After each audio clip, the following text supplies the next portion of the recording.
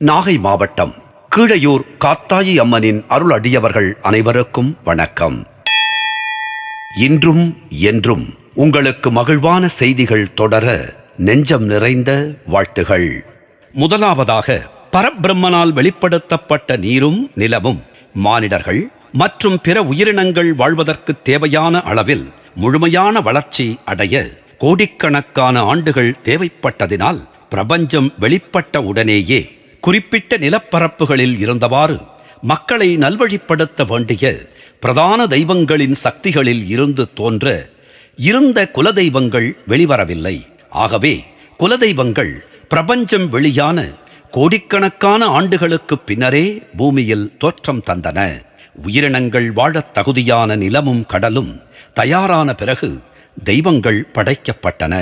ஆனால் உடனேயே அந்த தெய்வங்களுடன் குலதெய்வங்களும் வெளிப்படாததின் இரண்டாவது காரணம், பல்லாயிரக்கணக்கான தெய்வங்களின் தோற்றத்தை உருவாக்க பரபிரம்மனுக்கு போதுமான நேரம் தேவையாக இருந்தது.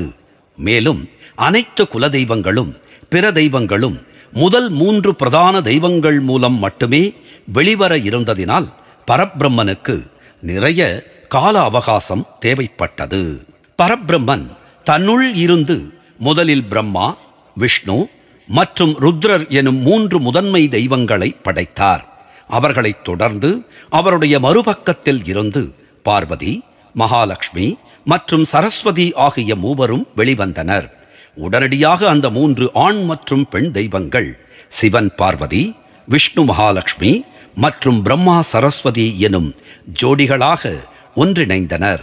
தான் படைத்த பிரபஞ்சத்தை பாதுகாத்து வழிநடத்த அந்த மூவர் மூலமே பல்வேறு கட்டங்களில் பரபிரம்மன் ஆயிரக்கணக்கான தெய்வங்களை படைத்தார். நாகை மாவட்டம் கீழையூர் காத்தாயி அம்மனின் திருப்பாதங்களை வணங்குவோம். அவள் அணைப்பில் இருக்கும் குழந்தையாய் நாமும் இருப்போம். நாகை மாவட்டம் கீழையூர் காத்தாயி அம்மன் நம்மை காத்து அருளுவாள்.